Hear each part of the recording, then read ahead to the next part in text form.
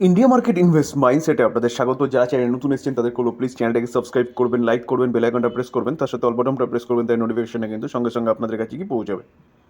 দেখুন স্যার, ইলেকশনের মহল চলছে। 4 জুন ইলেকশনের রেজাল্ট, কোন গভর্নমেন্ট আসবে অর্থাৎ কোন পার্টি গভর্নমেন্ট তৈরি করবে সেই সব নিয়ে সবার মাথায় টেনশন। তো এমন দুটো স্টকের কথা বলুন যে দুটো স্টক কিন্তু এই ইলেকশনের রেজাল্টের ওপর কোনো এফেক্ট করবে না, কিন্তু ফান্ডামেন্টালি স্ট্রং। আবার তার পাশাপাশি কোম্পানি দুটো কিন্তু আন্ডার ভ্যালু, অর্থাৎ তার হাই থেকে অনেকটা নিচে আছে।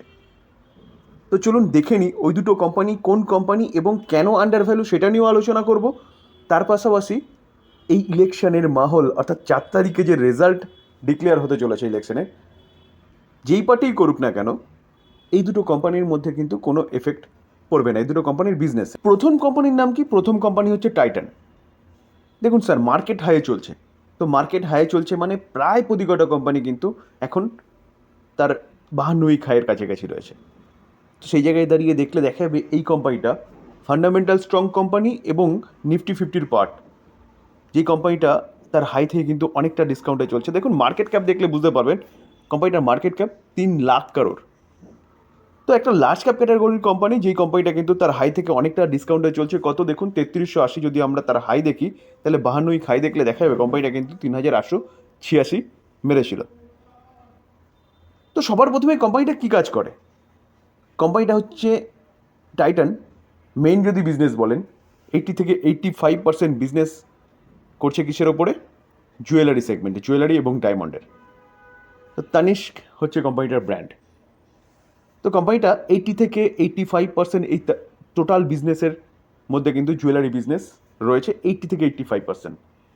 তার পাশাপাশি যদি দেখলে দেখা যায় কোম্পানির কি ঘড়ি রয়েছে, ওয়াচ, আই কেয়ার রয়েছে, ব্যাগ রয়েছে, বেল্ট রয়েছে, এইসবও কিন্তু কোম্পানিটার ব্র্যান্ড রয়েছে। তো মেন যে বিজনেস তানিস্ক বা গোল্ডের বিজনেস, তো এই গোল্ডের দাম কন্টিনিউয়াসলি বাড়ছে। তো গোল্ডের দাম কন্টিনিউয়াসলি বাড়ছে বলে যে গোল্ড কেনার প্রবণতা বা জুয়েলারি কেনার যে প্রবণতা, সেটা কিন্তু মানুষের মধ্যে এখন একটু কম আছে। কারণ স্বাভাবিকভাবেই যে গোল্ডের দাম ছিল 50 থেকে 60 হাজার টাকা, সেই গোল্ডের দাম যদি 70 থেকে 75 হয়ে যায়, তো মানুষ বলবে একটু কমুক তারপরে কিনবো। তো গোল্ডের দাম বাড়ার জন্য স্যার এই কোম্পানিটার বিজনেসে কিছুটা এফেক্ট পড়েছে লাস্ট কোয়ার্টারে। তো তার পাশাপাশি আরেকটা জিনিস দেখলে দেখা যাবে যে লাস্ট কোয়ার্টার, অর্থাৎ জানুয়ারি থেকে যে মার্চের যে কোয়ার্টার ছিল, এই কোয়ার্টারে কিন্তু কোনো ফেস্টিভ্যাল সিজন তেমন কিছু থাকে না যে কোম্পানির বিজনেস বিশাল কিছু করবে। এটাও একটা কারণ বলতে পারেন। কোম্পানির আগের কোয়ার্টার এবং তার আগের কোয়ার্টার, এই দুটো কোয়ার্টার কিন্তু ফেস্টিভ্যাল সিজন থাকে, বিশেষ করে ডিসেম্বরের কোয়ার্টার, যার জন্য সবসময় ডিসেম্বর কোয়ার্টারে কিন্তু কোম্পানি প্রফিট ভালো দেখায়। তো এই যে জানুয়ারি থেকে যে মার্চের কোয়ার্টার, এই কোয়ার্টারে কোম্পানির প্রফিট কিছুটা কম থাকে আগের দুটো কোয়ার্টার থেকে। এটা সবসময় কিন্তু এই কোম্পানির মধ্যে দেখা গেছে। দেখুন 1 বছর আগে কোম্পানি কী প্রফিট করেছিল, 1 বছর আগে দেখলে দেখা যাবে কোম্পানি এই কোয়ার্টারে 736 করেছিল, সেটা কিন্তু 771 হয়েছে। কোম্পানি ইয়ারলি প্রফিট কিন্তু জাম্প করেছে। তো সেই জায়গায় দাঁড়িয়ে বলা যেতে পারে যে কোম্পানির রেজাল্ট মোটামুটি ঠিকঠাক আছে। দেখুন আমরা যদি আগে দেখি, দেখুন 2023-এ এটা হচ্ছে ডিসেম্বর কোয়ার্টার, ডিসেম্বরের থেকে কিন্তু হচ্ছে মার্চের কোয়ার্টার, সেটা কিন্তু কমেছে। তার আগের কোয়ার্টার 835, অর্থাৎ সবসময় কিন্তু সেপ্টেম্বরের কোয়ার্টার এবং ডিসেম্বরের কোয়ার্টার থেকে কিন্তু মার্চের কোয়ার্টারের প্রফিট পড়ে। কিন্তু মেন জিনিসটা দেখার বিষয় ছিল যে ইয়ারলি 736 ছিল, সেটা কিন্তু কমে গিয়ে 700, কমেনি, বেড়েছে, কিন্তু আশানুরূপ বাড়েনি, 771 হয়েছে। তার জন্যই কিন্তু কোম্পানিটা তার হাই থেকে নিচে এসছে। আমরা যদি 1 মাসের চার্ট দেখি, দেখলে দেখা যাবে কোম্পানি এখনও প্রায় 7%-এর মতন কিন্তু নিচে আছে হাই থেকে। তো ওভারঅল যদি হাই থেকে ক্যালকুলেট করি না, তাহলে 10 থেকে 12% কিন্তু কোম্পানিটা এখনও নিচে আছে। তো কোম্পানি, এইটাই হচ্ছে সুযোগ বা সময় বলতে পারেন যে কোম্পানিটা বাই করার। কারণ এভারগ্রিন স্টক, বিজনেস মডেল খুবই ভালো, এবং আমাদের ভারতীয়দের মধ্যে কিন্তু এই জুয়েলারি কেনার প্রবণতাটা প্রচুর থাকে। বিভিন্ন অনুষ্ঠানে বলুন, ফেস্টিভ্যাল সিজনে বলুন, পুজো পার্বণে বলুন। তো সেই জায়গায় দাঁড়িয়ে কিন্তু স্যার এই যে কোম্পানি যে বিজনেস করে, সেই বিজনেসের ডিমান্ড কিন্তু আছে, এবং কোম্পানিটা দেশে নয়, দেশের বাইরেও কিন্তু তার বিজনেসটাকে ছড়াচ্ছে।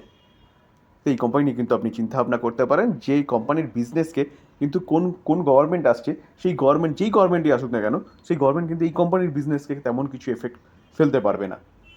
কেন বলছি? কারণ দেখুন, রিনিউয়াল সেক্টর বলুন, রেলওয়ে সেক্টর বলুন বা ডিফেন্স সেক্টর বলুন, যদি প্রেজেন্ট গভর্নমেন্ট না আসে তাহলে কিছুটা কিন্তু ডাউনফল হতে পারে। কারণ কি? কারণ এই গভর্নমেন্টের পলিসি, নেক্সট যে গভর্নমেন্টের আসবে সেই গভর্নমেন্টের পলিসি কিন্তু আলাদা হতে পারে। কিন্তু এই যে ভয়, এই ভয়টা কিন্তু এই কোম্পানির মধ্যে নেই। এই কোম্পানিটা কিন্তু আপনি লং টার্মের জন্য আরামসে চিন্তাভাবনা করতে পারেন। আমরা যদি কোম্পানিটার 1 বছরের চার্ট দেখি, দেখুন 1 বছরে এতটা নিচে নামার পরেও কোম্পানি কিন্তু 24% রিটার্ন দিয়েছে। আমরা যদি 5 বছরের চার্ট দেখি, দেখলে দেখা যাবে 5 বছরে 177%। এত বড় একটা লার্জ ক্যাপ কোম্পানি, যে কোম্পানিটা কিন্তু মিড ক্যাপ ক্যাটাগরির কোম্পানির মতন রিটার্ন দেয়। ডিসক্লেমার দিয়ে রাখি যে স্যার, আমি বাইসেল রেকমেন্ডেশন কিন্তু দিই না, স্টাডি পারপাস আলোচনা করছি, এটাকে লার্নিং হিসেবে নেবেন, তারপরে স্বাধীনভাবে নিয়ে চিন্তাভাবনা করবেন বাই করবেন কি না। চলুন নেক্সট কোম্পানিতে যাই। এখন যে কোম্পানি নিয়ে আলোচনা করতে, সেই কোম্পানির নাম কি? Astral limited. কোম্পানিটা কি? পাইপিং সেক্টরের কোম্পানি। তো পাইপিং সেক্টরের কোম্পানি বলতে পারেন, ইনফ্রাস্ট্রাকচার ডেভেলপমেন্ট বলুন, নতুন ঘর বলুন, বা আপনি আপনার ঘরের যে পাইপিং রিলেটেড যে কোনো কাজ বলুন, এই সব কাজে কিন্তু এই কোম্পানির প্রোডাক্ট হচ্ছে লাগবে। তো বিজনেস এক কথায় বলতে গেলে কিন্তু ওয়েল অ্যান্ড গুড এবং লং টার্ম সাস্টেনেবল বিজনেস। তার পাশাপাশি এখন আরেকটা অ্যাডভান্টেজ কী আছে এই কোম্পানিটার? গভর্নমেন্ট কিন্তু ইনফ্রাস্ট্রাকচার ডেভেলপমেন্টের কাজ করছে। তো স্যার, এটা কিন্তু একদম স্পষ্ট যে কি, যে এই গভর্নমেন্ট আসুক কি আদার্স কোনো গভর্নমেন্ট আসুক, ইনফ্রাস্ট্রাকচার ডেভেলপমেন্ট করতেই হবে যদি ভারতবর্ষের গ্রোথটাকে ধরে রাখতে হয়। কারণ কারণ যে কোনো দেশ যত ডেভেলপমেন্ট হবে তত কিন্তু তার ইনফ্রাস্ট্রাকচারকে আগে ডেভেলপমেন্ট করতে হবে। তো এই কোম্পানিটা কিন্তু যেই সেগমেন্টে কাজ করে, সেই সেগমেন্টে এই কোম্পানিটার অ্যাটলিস্ট এখন ডিমান্ড রয়েছে। তো সেই জায়গায় দাঁড়িয়ে স্যার, প্রেজেন্ট গভর্নমেন্ট আসুক কি আদার্স অন্য গভর্নমেন্ট আসুক, সরকার গঠন করুক, এই কোম্পানির প্রাইসে এফেক্ট তেমন কিছু পড়ার নয়। আজকের দিনে দেখলে দেখা যাবে কোম্পানিটা কিন্তু 1.27% একটা আপসাইড মুভমেন্ট দেখিয়েছে এবং 2104 চলছে। যদি আমরা কোম্পানিটার লং 52 খাই দেখি, দেখলে দেখা যাবে 2352 রয়েছে, সেখান থেকে অ্যাপ্রক্সিমেট বলতে পারেন 9 থেকে 10% কিন্তু নিচে চলছে কোম্পানিটা। তো স্যার, নিচে চলার পিছনে কারণ যদি বলেন, তাহলে কারণ হচ্ছে কোম্পানিটার রেজাল্ট কিন্তু মার্কেট যা এক্সপেক্ট করছিল সেই এক্সপেক্ট অনুযায়ী হয়নি, যার জন্যে দুদিনে কিন্তু মার্কেট কোম্পানিটাকে পানিশ করেছে। এখন 5% দেখাচ্ছে।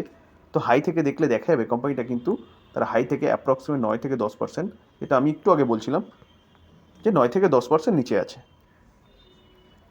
তো স্যার, এই কোম্পানি নিয়ে চিন্তাভাবনা করার কিন্তু এটা বেস্ট সময়, যেখানে কোম্পানিটা যদি আমরা রিটার্ন দেখি, তাহলে 1 বছরে কোম্পানিটা কীরকম দেখুন, 25% রিটার্ন দিয়েছে।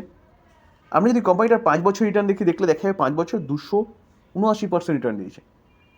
ভাবতে পারছেন? আমরা যদি কোম্পানিটার ম্যাক্সিমাম চার্ট প্যাটার্ন দেখি, তাহলে দেখলে দেখা যাবে ম্যাক্সিমাম চার্ট প্যাটার্নে কোম্পানিটা কিন্তু 50,291% রিটার্ন দিচ্ছে। কখন থেকে? 2007 কোম্পানিটা কিন্তু মার্কেটে এসছে, 2007 থেকে। 2007 থেকে কিন্তু অনলি ফর বলতে পারেন 17 বছরে কোম্পানিটা কিন্তু 502 গুণ রিটার্ন তার শেয়ার হোল্ডারদের বানিয়ে দিয়েছে। তো স্যার, এভারগ্রিন স্টক এই কোম্পানি কিন্তু আপনি চিন্তাভাবনা করতে পারেন লং টার্ম ইনভেস্টমেন্টের জন্য।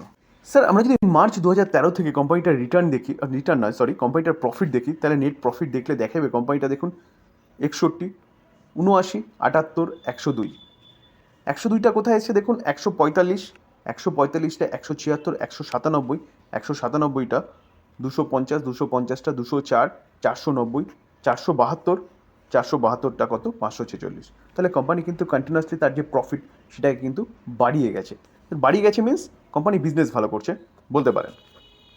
দেখুন, সেলস গ্রোথ দেখলে দেখা যাবে 10 বছরে 18%, 5 বছরে 18%, 3 বছরে 21%, কারেন্ট ইয়ারে 9%। সেলস গ্রোথ কিন্তু কন্টিনিউয়াসলি বাড়াচ্ছে, সেটা কিন্তু ভবিষ্যতে আরও বাড়বে। প্রফিট গ্রোথ দেখলে দেখা যাবে 10 বছরে 21%, 5 বছরে 23%, 3 বছরে 11%, কারেন্ট ইয়ারে কিন্তু 21%। তো প্রফিট গ্রোথও কিন্তু কোম্পানির বাড়ছে। স্টক সিজিআর গ্রোথ দেখলে দেখা যাবে কোম্পানি 10 বছরে 31%, 5 বছরে 30%, 3 বছরে 16%, কারেন্ট ইয়ারে 21%। তো কোম্পানির স্টক সিজিআর গ্রোথও কিন্তু ঠিকঠাক আছে। রিটার্ন অন ইকুইটি 20, 19, এটাও কিন্তু ঠিক আছে। তাহলে স্যার, বলা যেতে পারে কোম্পানি নিঃসন্দেহে কিন্তু ভালো বিজনেস করছে। তো এই কোয়ার্টারে রেজাল্টটা আশানুরূপ হয়নি বলে তাই জন্যে মার্কেট কিন্তু পানিশ করেছে, যার জন্য এই কোম্পানিটা কিন্তু অনেকটা ডিসকাউন্টে পাওয়া যাচ্ছে, প্রায় 10% বা তারও উপরে। তো এই সময় কিন্তু এই কোম্পানি নিয়ে চিন্তাভাবনার সময় এবং লুফে নেওয়ার সময়। প্রেজেন্ট গভর্নমেন্ট আসুক বা না আসুক, এই কোম্পানিটার বিজনেসে তেমন কোনো এফেক্ট করবে না বলতে পারেন। তো এই দুটো কোম্পানি নিয়ে কিন্তু আপনি চিন্তাভাবনা করতে পারেন। আমি কিন্তু বাই রেকমেন্ডেশন একদম দিচ্ছি না, স্টাডি পারপাস আলোচনা করলাম। তো সেই জায়গায় দাঁড়িয়ে স্যার এই দুটো কোম্পানি এভারগ্রিন কোম্পানি, বাই করবেন সেল করবেন পুরোপুরি নিজের ডিসিশনে।